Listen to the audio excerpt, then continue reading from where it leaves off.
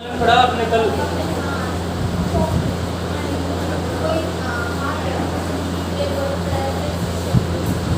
थोड़ा सम्मेलन पढ़ा गया कल? पढ़ लिया था पूरा? लिख भी लिया था? लिखा नहीं?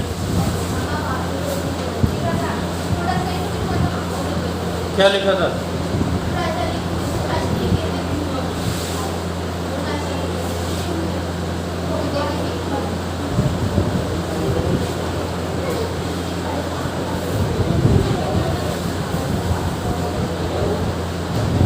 तो प्रश्न बता दो।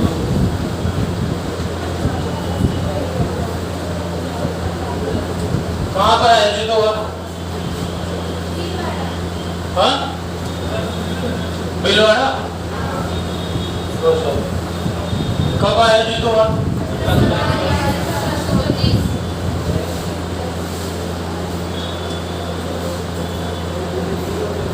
उद्देश्य क्या था? क्यों आयोजित हुआ?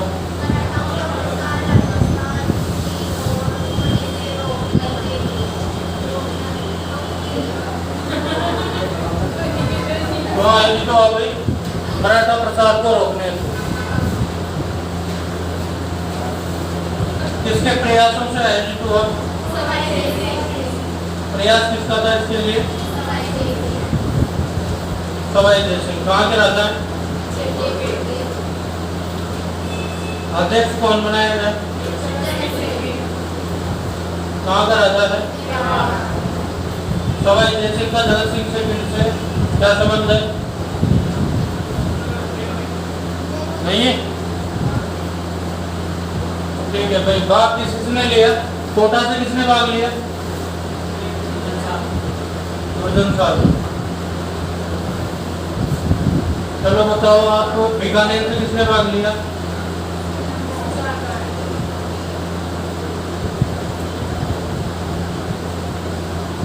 नागौर से कौन आया? आगे भी चर्चा में आएगा अभी आपके।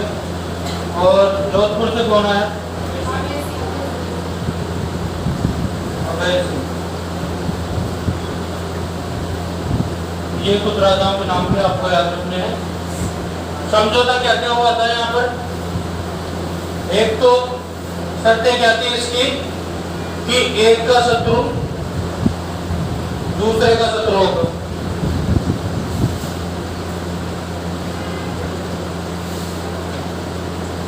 संगठित रूप से मराठों के विरुद्ध कार्रवाई करेंगे।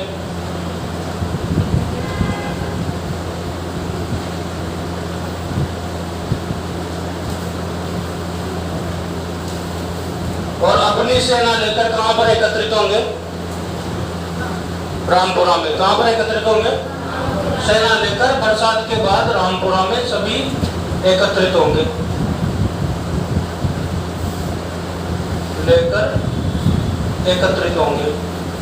लेकिन राजाओं की महत्वाकांक्षाओं के कारण ये योजना असफल हो गई। सवाई जय सिंह को अध्यक्षता नहीं मिली तो वो इस सम्मेलन से उदासीन हो गया। अंत में यह सम्मेलन फेल हो जाता है और इस योजना का पता किसे लगता है? मराठों को। तो राजस्थान की स्थिति आकलन करने के लिए मराठा किसे भेजते हैं राजस्थान? राधाबाई को। राधाबाई कौन है? पेशवा की माँ। कब आती है? कहाँ कहाँ पर दर्शन करने जाती है? नाथ द्वारा जाती है और गलता जी जाती है। ये दोनों बातें आपको यहाँ पर याद रखनी है। इसके बाद में राजस्थान कौन आता है भाई? पेशवा। पेशवा कौन है इस समय? बाजीराव फर्स्ट। कब आता है? 1736 में राजस्थान पेशवा आ जाता है। इसके बाद में हम देखेंगे आपका जयपुर उत्तराधिकार संघर्ष। कौन सा उत्तराधिकार संघर्ष भाई? जयपुर उत्तराधिकार संघर्ष। कौन कौन लड़ेगा यहाँ पर? कौन कौन लड़ेगा भाई? ईश्वरी सिंह, माधो सिंह। कौन थे ये दोनों? किसके पुत्र थे?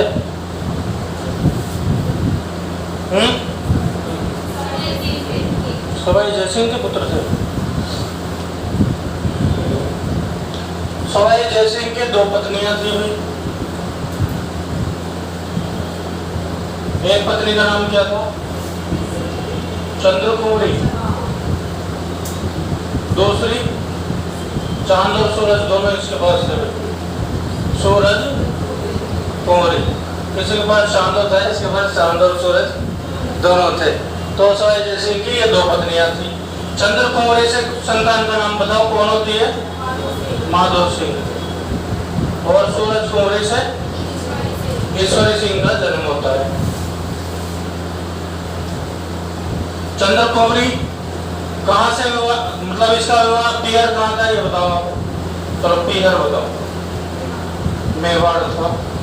मेवाड़ से इसका विवाह कहाँ पर हुआ था? जयपुर सवाई जयसिंह से इसका विवाह हुआ था। एक समझौता आपको पता होगा, देवारी समझौता, पता है क्या? कब हुआ था? 1708 में। इसी समझौते की शर्त थी कि मेवाड़ की राजकुमारी जो सवाई जयसिंह के साथ उसका विवाह किया जा रहा है, जो भी उसकी संतान होगी वही जयपुर के राज सिंहासन पर बैठेगी। शर्त क्या थी भाई? चंद्र कुमारी से जिस भी संतान का जन्म होगा वो ही जयपुर के राज सिंहासन पर बैठेगी, ऐसी शर्त थी। अब 1722 में जन्म होता है सूरज कुमारी से ईश्वरी सिंह का। किसका जन्म होता है भाई? ईश्वरी सिंह का। और इसके बाद में ये छोटा भाई होता है माधो सिंह, इसका जन्म होता है किससे? चंद्र कुमारी से। 1743 में मृत्यु हो जाती है किसकी? सवाई जयसिंह की। किसकी मृत्यु हो जाती है? सवाई जयसिंह की। जब ये सारी बातें हुई थी, इससे पहले ही सवाई जयसिंह को पता था कि ये उत्तराधिकार युद्ध होना है, क्योंकि इसने शर्त रखी हुई थी मेवाड़ के साथ। कौन सी? कि जो भी पुत्र होगा मैं उसी को गद्दी पर बिठाऊंगा। तो इसने पहले ही माधो सिंह के नाम एक रियासत का पट्टा करवाया था। कौन सी रियासत का भाई? रामपुरा का पट्टा माधो सिंह के नाम करवा रखा था। माधो सिंह के नाम करवाया। और इसने अपने जीवन काल में भरसक प्रयास किया था कि जयपुर के अलावा भी मैं एक नई रियासत बना दूं। और उसका शासक कौन बन जाएगा? दोनों में से एक भाई। तो उत्तराधिकार यहाँ पर नहीं होगा। लेकिन मराठों के कारण ये व्यस्त रहा और अपनी योजना को अंजाम नहीं दे पाया, और यहाँ पर उत्तराधिकार युद्ध होने की स्थिति आ गई। ठीक है। अब जैसे ही इसकी मृत्यु होती है 1743 में, शासक कौन बन जाएगा भाई? कौन बन जाएगा? बड़ा कौन है? ईश्वरी सिंह। ये शासक बन जाता है। इधर से माधो सिंह के पास कौन सी रियासत है अभी या फिर ठिकाना है? तो रामपुरा की जागीर माधो सिंह के पास है। ये बात यहाँ पर हो जाएगी। माधो सिंह के पास कौन सा हो गया? रामपुरा। इसके पास क्या हो गया? जयपुर। अब माधो सिंह शर्त के अनुसार अपना दावा करता है राज्य पर। कौन सी शर्त के अनुसार? देवारी समझौते की शर्त के अनुसार, कि उस समझौते के अनुसार मैं राजा बनूंगा। कौन राजा बनेगा? माधो सिंह। और ये दावा करता है जयपुर के राज्य पर। और इसके साथ में कुछ शासक आते हैं, जैसे कि मेवाड़ से जगत सिंह। किसके साथ आएंगे भाई? माधो सिंह के साथ, क्योंकि इसका ननिहाल है कहाँ पर? मेवाड़ में। तो जगत सिंह सेकंड। कोटा से दुर्जन साल। बूंदी में कौन सा शासक है जो गद्दी से उतार दिया गया? उम्मेद सिंह, वो भी इसके साथ आ जाता है। उम्मेद सिंह। तो ये इनकी मदद से दावा करता है जयपुर के राज सिंहासन पर। कौन? माधो सिंह। यह आपको यहाँ पर ध्यान में रखना है। इन दोनों के मध्य उत्तराधिकार संघर्ष चलेगा। ईश्वरी सिंह और माधो सिंह के मध्य। माधो सिंह का सपोर्ट कौन कौन करेंगे? जगत सिंह, दुर्जन साल और उम्मेद सिंह। और पहली बार इनका आमना सामना होता है अपने, ये जहाजपुर का नाम सुना होगा आपने। कहाँ पर है भाई जहाजपुर? भीलवाड़ा में। यहाँ पर इनका पहली बार आमना सामना होगा। 40 दिन तक दोनों सेनाएं आमने सामने खड़ी रहेगी भाई। 40 दिन तक आमने सामने दोनों सेनाएं खड़ी रहेगी। दोनों सेनाएं खड़ी रहेगी। अब ईश्वरी सिंह क्या करता है? जगत सिंह से समझौता करता है। किससे? जगत सिंह से। क्या समझौता करता है? कि भाई एक तो रामपुरा की जागीर किसके पास है? माधो सिंह के पास। और 5 लाख रुपए और मैं किसको दूंगा? माधो सिंह को। ऐसी संधि करके जगत सिंह के साथ, और ये इस संघर्ष को टाल देता है। इस समय मतलब कि यहाँ पर युद्ध नहीं होता, दोनों सेनाएं आमने सामने आ जाती है। युद्ध की प्रारंभिक लक्षण यहाँ दिखाई दे जाते हैं, लेकिन युद्ध नहीं होता। क्यों नहीं होता? क्योंकि ईश्वरी सिंह किससे संधि कर लेगा? जगत सिंह से। दूसरी बात, इस संधि का पता दुर्जनशाल को नहीं लगता, यानी कि इस संधि में दुर्जनशाल को शामिल नहीं किया जाता, जबकि वो इनके साथ उपस्थित था इस पक्ष में। तो दुर्जनशाल इससे नाराज हो जाएगा जगत सिंह से। तो मतलब ये है कि जो ये गठबंधन बना है ये पूरा टूट जाएगा। दुर्जनशाल नाराज होकर कहाँ चला गया भाई? अपने राज्य में कोटा। इससे संधि हो ही गई, तो ये संघर्ष टल गया यहाँ पर कुछ समय के लिए। कहाँ पर होना था संघर्ष? जहाजपुर में। ये थोड़ा सा प्रारंभिक रूप पर यहाँ याद रखना है आपको। इसके बाद में ये तीनों शासक वापस से कहाँ पर मिलेंगे? 1746 में। ये 45 की बात है। 1746 में नाथद्वारा मिलेंगे। तीनों शासक कहाँ पर मिलेंगे भाई? नाथद्वारा में मिलेंगे। इसके बाद में ये तीनों शासक मिलके नाथद्वारा में मिलिए, मदद लेंगे मराठों की। तो मराठा होलकर के पास ये मदद के लिए अपना दूत भेजेंगे। किसके पास भाई?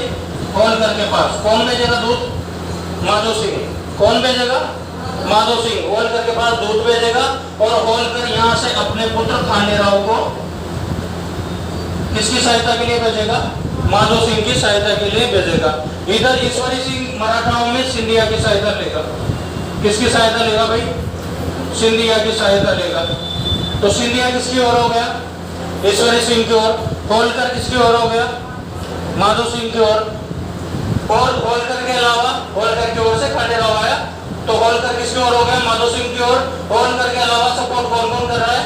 जगत सिंह, दुर्जनशाल और उम्मेद सिंह। ये आपको याद रखने हैं। अब इनके बीच में एक युद्ध होता है जिसका नाम क्या है भाई? कौन सा युद्ध होता है? राजमहल का युद्ध। डेट क्या है इस युद्ध की? 1 मार्च 1700। बताओ सही है क्या डेट? राजमहल का युद्ध किस किस के मध्य होगा? ईश्वरी सिंह और कौन होगा सामने? माधो सिंह। माधो सिंह के साथ कौन कौन होगा? जगत सिंह होगा सेकंड वाला। और कौन होगा? दुर्जनशाल होगा, उम्मेद सिंह होगा और होलकर होगा। होलकर की ओर से कौन होगा? खांडेराव। और इसकी ओर कौन हो जाएगा? सिंधिया। ईश्वरी सिंह की ओर कौन हो जाएगा भाई? सिंधिया। इस युद्ध में विजय कौन होगा भाई? ईश्वरी सिंह। जीतेगा कौन इस युद्ध में? ईश्वरी सिंह जीतेगा। तो ये राजमहल का युद्ध। इसके बाद में होगा बगरू का युद्ध, जिसमें ईश्वरी सिंह हार जाएगा। क्यों हार जाएगा ईश्वरी सिंह? तो राजमहल के युद्ध तक जो पेशवा है पूना में मराठा, वो पक्ष में होता है ईश्वरी सिंह की सहायता करने के। राजमहल के युद्ध के बाद वो ईश्वरी सिंह की सहायता करने के पक्ष में नहीं होगा। इसलिए ईश्वरी सिंह के जो बगरू का युद्ध होगा अगला, उसमें सहायता करने के लिए मराठा नहीं होंगे, और बगरू के युद्ध में ईश्वरी सिंह हार जाएगा। बगरू के युद्ध में ईश्वरी सिंह के साथ केवल भरतपुर की सेना होगी एक्स्ट्रा में। कहाँ की सेना? भरतपुर की सेना। इस युद्ध में ईश्वरी सिंह हारेगा। उसके बाद में ईश्वरी सिंह का दिमागी संतुलन हिल जाएगा। क्यों हिल जाएगा? क्योंकि मराठा इससे पैसे लेंगे, जो मदद की थी उसके बदले में। पैसे ये नहीं चुका पाएगा, ये आत्महत्या कर लेगा। ठीक है, यहाँ तक। फिर उसके बाद में मराठा किससे पैसे मांगेंगे? माधो सिंह से। तो एक विशेष घटना होगी यहाँ पर, मराठों का कत्लेआम होगा जयपुर में। कौन करवाएगा? माधो सिंह। तो यहाँ तक इसके बारे में हमें देखना है। पहले आप टॉपिक डालो जयपुर उत्तराधिकार संघर्ष, और थोड़ा लिखो, वापस से समझेंगे इसे।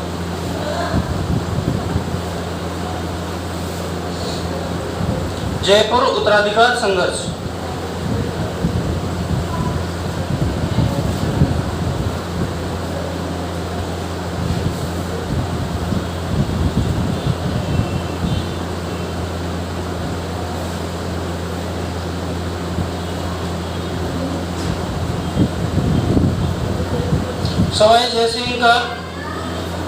सवाई जयसिंह का विवाह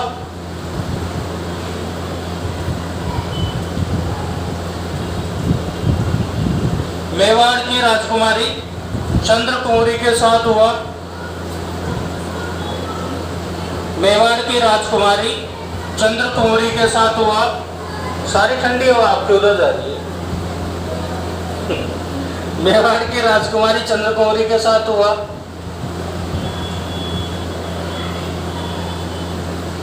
और इससे माधो सिंह का जन्म हुआ। और इससे माधो सिंह का जन्म हुआ।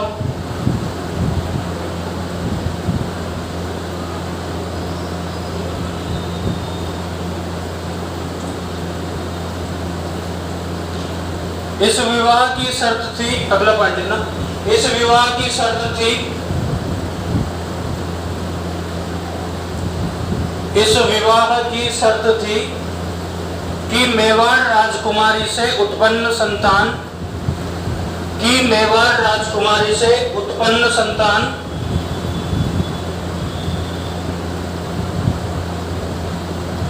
मेवाड़ राजकुमारी से उत्पन्न संतान ही जयपुर का अगला शासक होगी। जयपुर का अगला शासक होगी।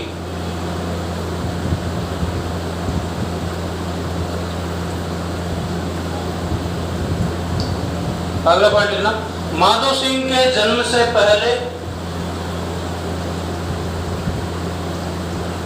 माधो सिंह के जन्म से पहले सवाई जयसिंह की दूसरी रानी सूरज कुंवरी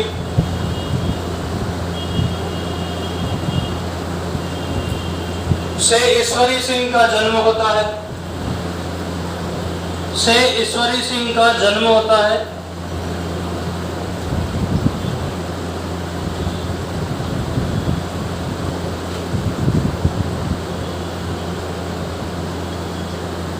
जो कि माधो सिंह से आयु में बड़ा है।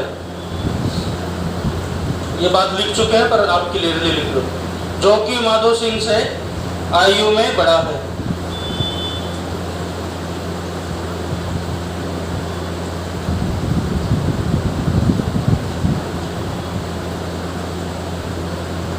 अगला पॉइंट लिखना, दोनों भाइयों के मध्य संघर्ष को टालने हेतु,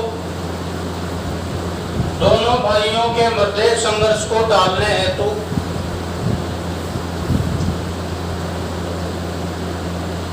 सवाई जयसिंह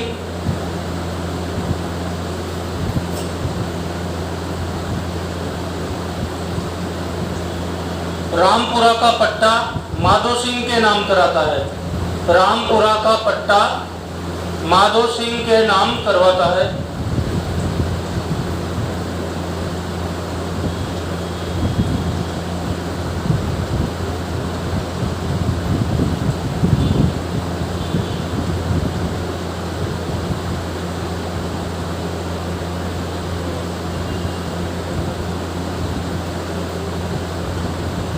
(1743) में सवाई जयसिंह की मृत्यु के बाद,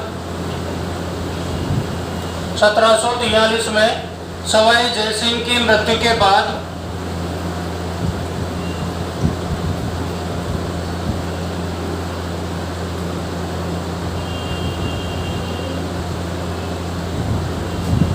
माधो सिंह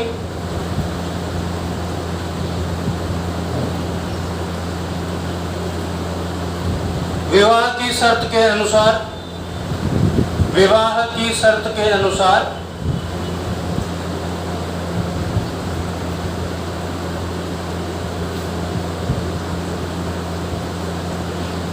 जयपुर के सिंहासन पर अपना दावा करता है। जयपुर के सिंहासन पर अपना दावा करता है।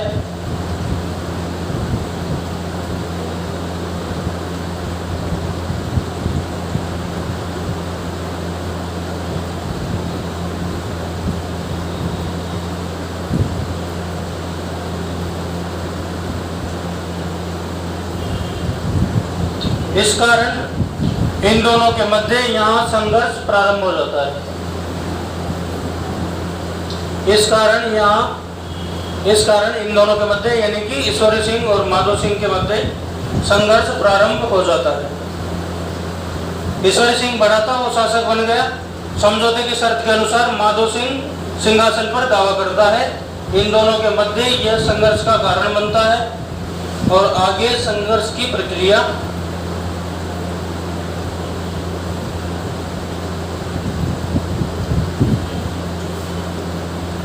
अगला पॉइंट लिखना, माधो सिंह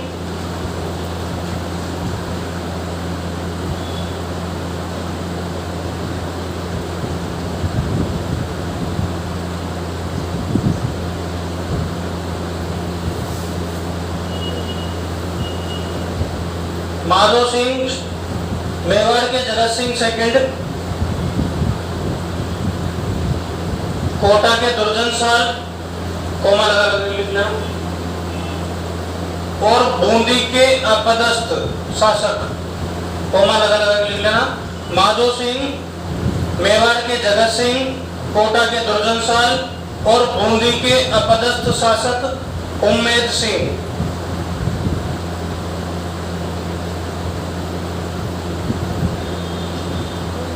की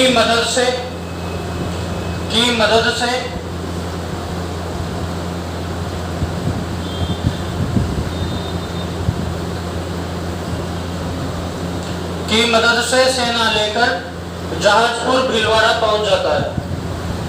की मदद से सेना लेकर जहाजपुर भीलवाड़ा पहुंच जाता है।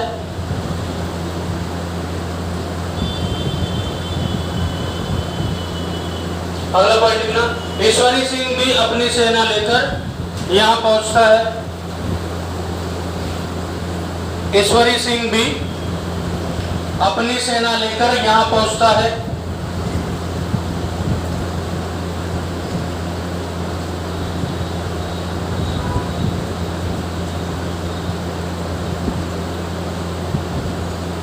अगला पॉइंट लिखना, ईश्वरी सिंह ने कूटनीति के माध्यम से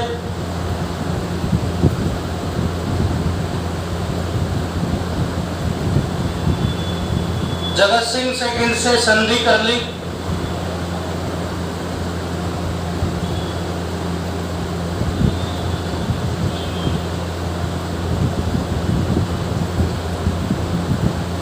जगत सिंह सेकंड से संधि कर ली और बिना युद्ध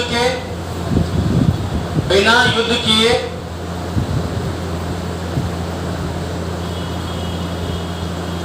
इस संघर्ष को टाल दिया।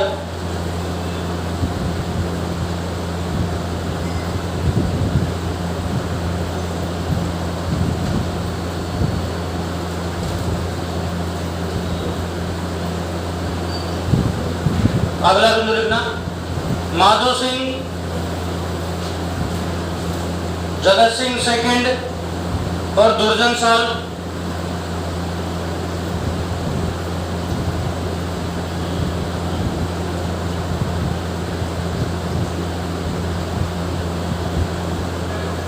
(1746) में वापस नाथद्वारा में मुलाकात करते हैं। 1746 में वापस नाथद्वारा में मुलाकात करते हैं।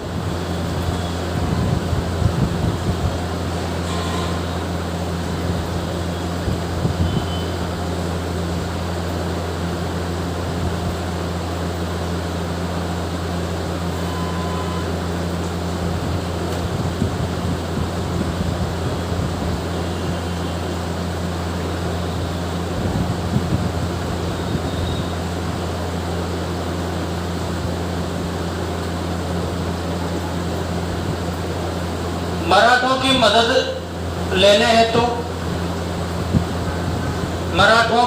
लेने हेतु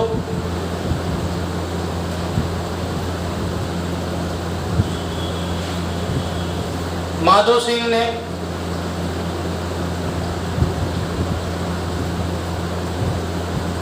मल्हार राव होलकर के पास अपना दूत भेजा। मल्हार राव होलकर या फिर होलकर लिख लो, पर पूरा नाम लिखना।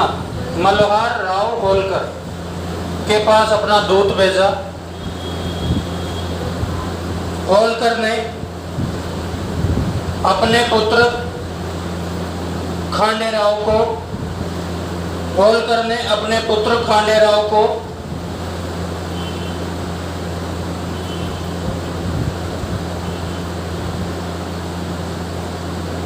माधो सिंह की सहायता हेतु भेजा। माधो सिंह की सहायता हेतु भेजा।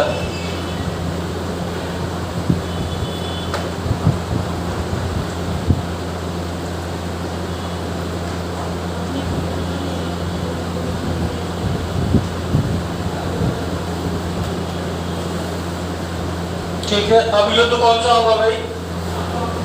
राजमहल का युद्ध। कौन सा युद्ध होगा? चलो एक क्वेश्चन आप बता दो, सेनापति कौन रहेगा इसका?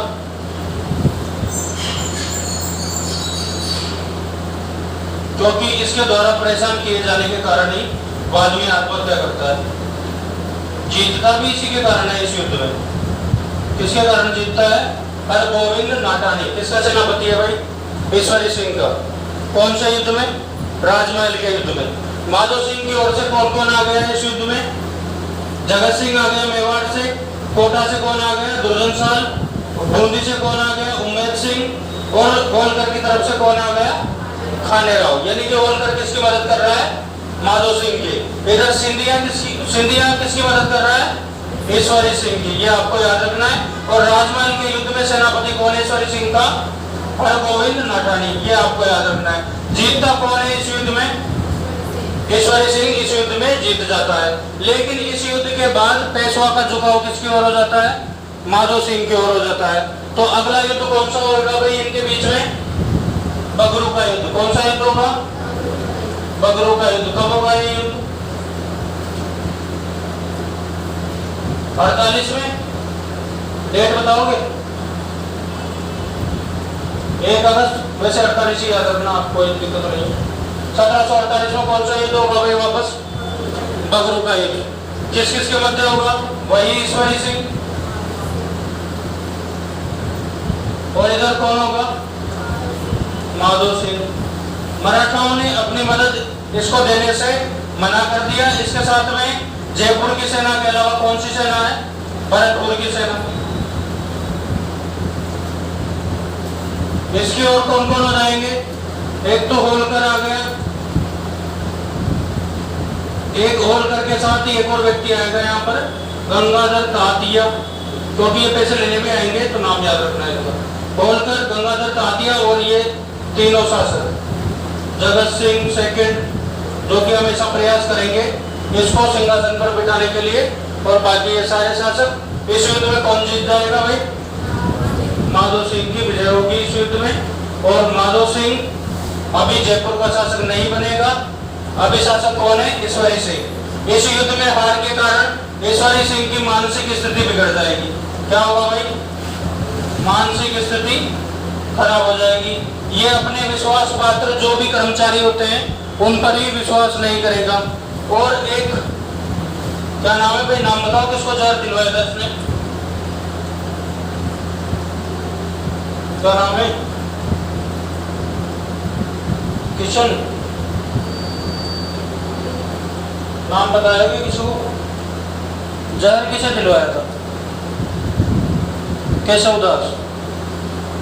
इसका सलाहकार होता है, प्रधान सलाहकार केशव दास। उसको भी ये जहर दिलवा देता है। केशव दास को जहर दिलवाया। कुल मिला के इसकी मानसिक स्थिति डामाडोल हो जाती है। उसके बाद में 12 दिसंबर या फिर 13 दिसंबर डेट मिलेगी आपको। 13 दिसंबर है 1750। इस दिन ये कहां से कूद जाएगा भाई? कहां से? इसरलाट से। दूसरा नाम क्या है उसका? सरगासोली। उससे कूद के क्या कर लेगा ईश्वरी सिंह? आत्महत्या कर लेगा। इसके बाद में यहाँ पर माधो सिंह को बुलाया जाएगा। 1751 में माधो सिंह कहाँ का शासक बन जाएगा? जयपुर का माधो सिंह शासक बन जाएगा। अब मराठाओं से हर एक शासक परेशान था राजस्थान का। खुद माधो सिंह भी परेशान था। ये रकम इसे चुका नहीं पाएगा मराठाओं को। तो ये क्या करता है? 1751 में ही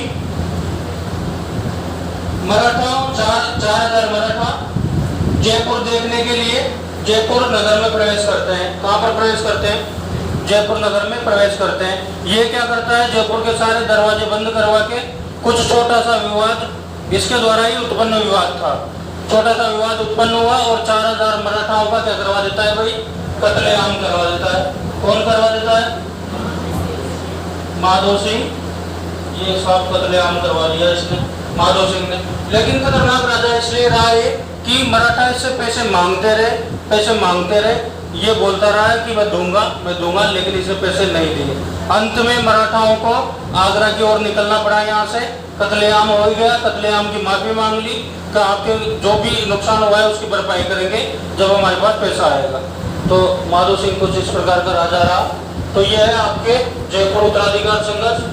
इस संघर्ष का यदि हम एक कंक्लूजन यानी कि क्या बोलेंगे हिंदी में, निष्कर्ष निकाल के देखें तो राजपूतों के लिए और मराठाओं के लिए, दोनों के लिए आत्मघाती हुआ ये संघर्ष। क्यों हुआ, हमने देखा कि मुगल राजवंश जो जमा हुआ था भारत में, उसके रीढ़ कौन थे, राजपूत। कौन थे उसके रीढ़, राजपूत। जैसे ही औरंगजेब की मृत्यु हुई, मुगल कमजोर हो गए। मुगलों का स्थान लेने के लिए उस समय भारत में एकमात्र शक्ति थी, वो कौन सी थी, मराठा। कौन थी शक्ति, मराठा। अगर मराठा राजपूतों की उपयोगिता समझ पाते इस समय, तो सीधे दिल्ली पर अधिकार करते। ये नुकसान किसको हो गया, मराठाओं को, इस संघर्ष के कारण जो ये राजपूतों के साथ संघर्ष चला। ठीक है, राजपूतों को तो नुकसान था ही कि वो अपना कुछ स्टेब्लिश या स्थायी रूप से अपना शासन नहीं चला पाए। और इसके बाद में राजपूत कहाँ जाएंगे, अंग्रेजों के पास, और संधियां करेंगे उनसे, और अपनी सारी विदेश नीति, अपने सारे अधिकार, युद्ध करने के, संधि करने के, सब किसको सौंप देंगे, अंग्रेजों को। तो ये दोनों के लिए आत्मघाती रहा। एक तो मराठाओं ने यहाँ पर सिर्फ उद्देश्य इतना सा होता था उनका कि धन प्राप्ति करनी है, कुछ भी हो धन की प्राप्ति करनी है, हर एक राजा से अधिकार उनको यहाँ पर नहीं करना था। और यही गलती उन्होंने की, तो वो दिल्ली तक नहीं पहुँच पाए। ठीक है, इसको लिख लेते हैं। कहाँ तक लिखा है अभी आपने, खानेराव को बुलाया, यहाँ तक लिख लिया, ठीक है। राजमहल का युद्ध, टॉपिक लिखो, राजमहल का युद्ध।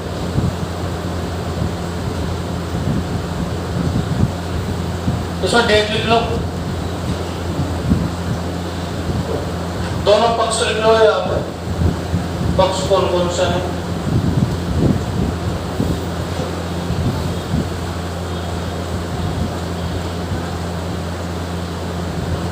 इधर कौन है, ईश्वरी सिंह।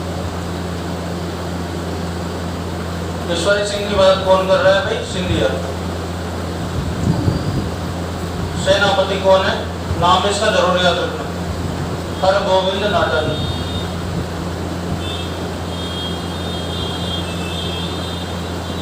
ये इसका सेनापति है, इसको उतारो वैसे कैसे। विजय किसकी होती है, ईश्वरी सिंह। ये खांडेराव को याद रखना, होलकर का पुत्र है जो कि मदद करने के लिए आया।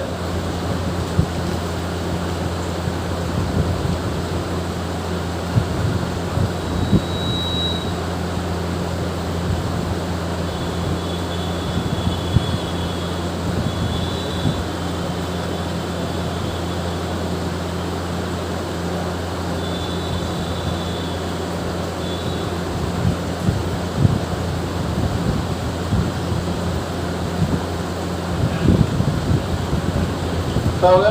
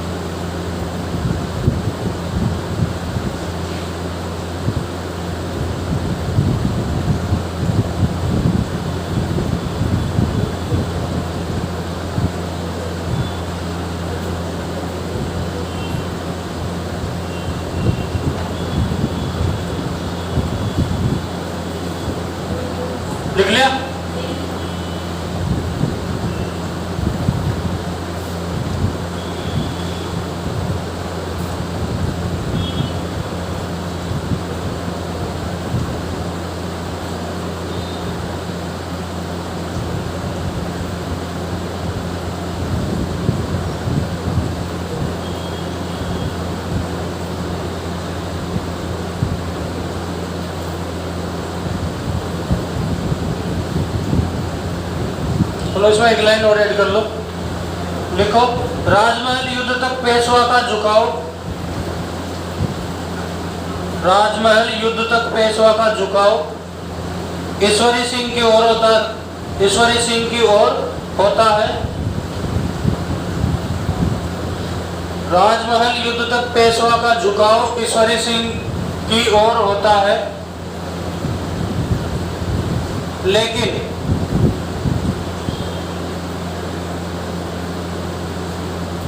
जगत सिंह द्वारा अधिक धन का लालच देने के कारण, जगत सिंह किसके पक्ष में है? माधो सिंह के पक्ष में। जगत सिंह सेकंड भी लिख लेना साथ में। जगत सिंह सेकंड द्वारा अधिक धन का लालच देने के कारण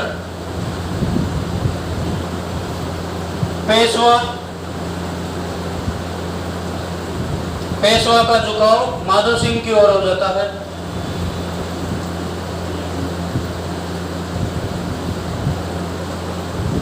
अगला युद्ध लिखो, बगरू का युद्ध।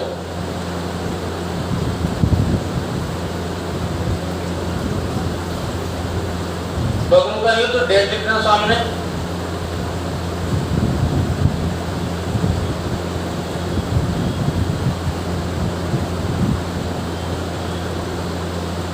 डेट लिखना है सामने,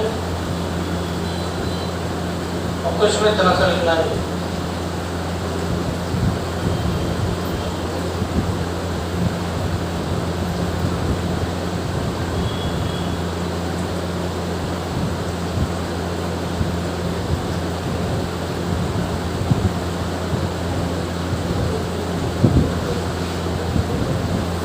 ये दोनों पक्ष लिख लो बस, ये दो नाम लिखना, क्योंकि ये पैसे लेने आएंगे किससे? ईश्वरी सिंह से। 2 लाख रुपए लेकर इनका दूध पहुंचेगा।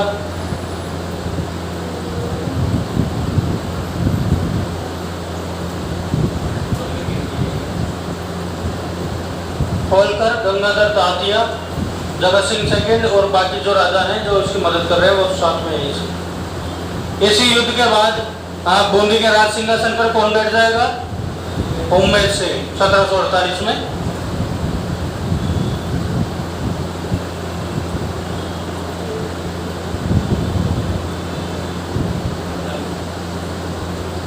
तो लिख ही लेना, छोड़ दोगे। उम्मेद सिंह को भी लिखना है आपको। उम्मेद सिंह भी लिखना सब। और ये भरतपुर की सेना को इस विशेष रूप से याद रखना कि बगरू के युद्ध में ईश्वरी सिंह की मदद किसने की थी? तो भरतपुर की सेना ने।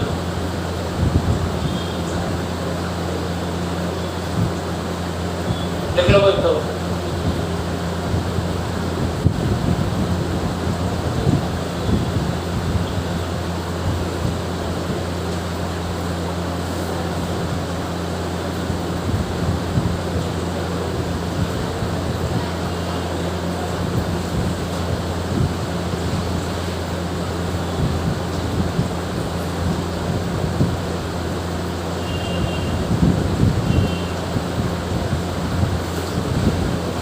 लिखो, लिख लिया? युद्ध हार जाने की राशि के दबाव के कारण, युद्ध हार जाने की राशि के दबाव के कारण ईश्वरी सिंह की मानसिक स्थिति खराब हो गई। ईश्वरी सिंह की मानसिक स्थिति खराब हो गई।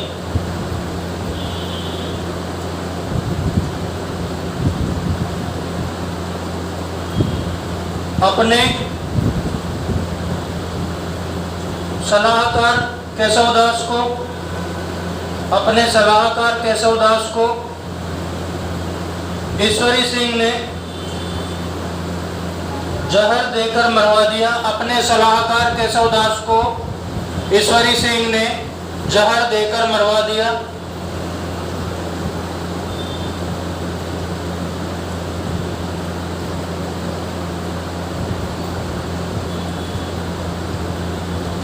और 13 दिसंबर 1750 को ईसर लाट से कूदकर आत्महत्या कर ली। ईसर लाट से कूदकर 13 दिसंबर 1750 को ईसर लाट से कूदकर आत्महत्या कर ली।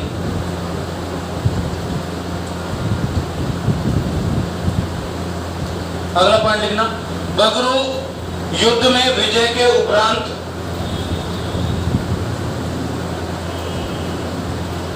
बगरू युद्ध में विजय के उपरांत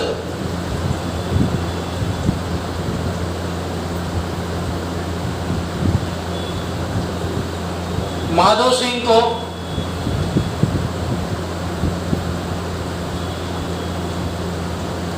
मराठों से भारी धनराशि यानी कि 20 लाख रुपए थे, भारी धनराशि देने का वायदा करना पड़ा। इतना लिख लो, भारी धनराशि देने का वायदा करना पड़ा।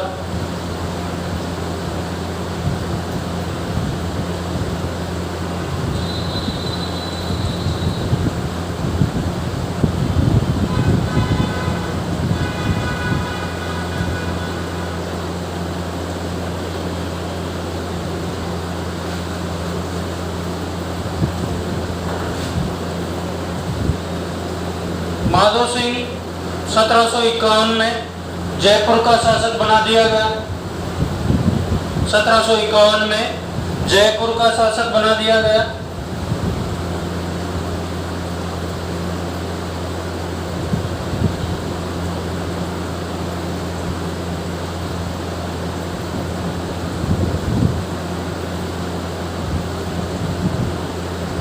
माधो सिंह ने मराठों की वसूली से परेशान होकर माधो सिंह ने मराठों की वसूली से परेशान होकर, वसूली यानी कि कर वसूली, मराठों की वसूली से परेशान होकर उन्हें सबक सिखाना चाहा, उन्हें सबक सिखाना चाहा।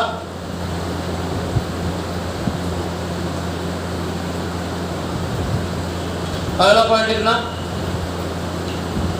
10 जनवरी 1751 को 10 जनवरी 1751 को 4000 मराठों ने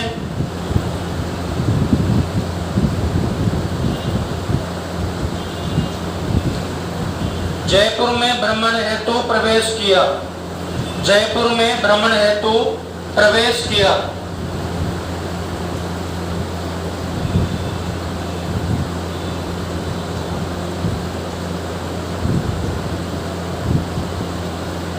माधो सिंह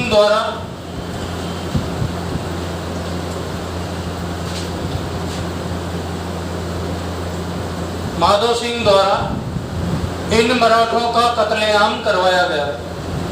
माधो सिंह द्वारा इन मराठों का कत्लेआम करवाया गया। ठीक है भाई, देखते हैं फिर आगे।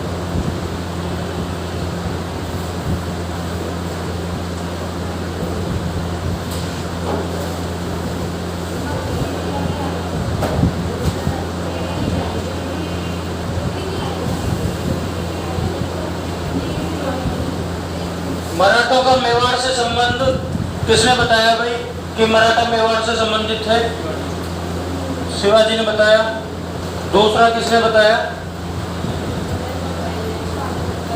साहित्यिक साक्ष्य बताओ इसका। साहित्यिक साक्ष्य वीर विनोद किसकी कृति है? श्यामल दास की। क्या बोलते हैं वो कि शिवाजी के दादाजी कहाँ से संबंधित है? मेवाड़ से संबंधित है। ये बात कौन बोल रहे हैं? श्यामल दास। कौन सी कृति में?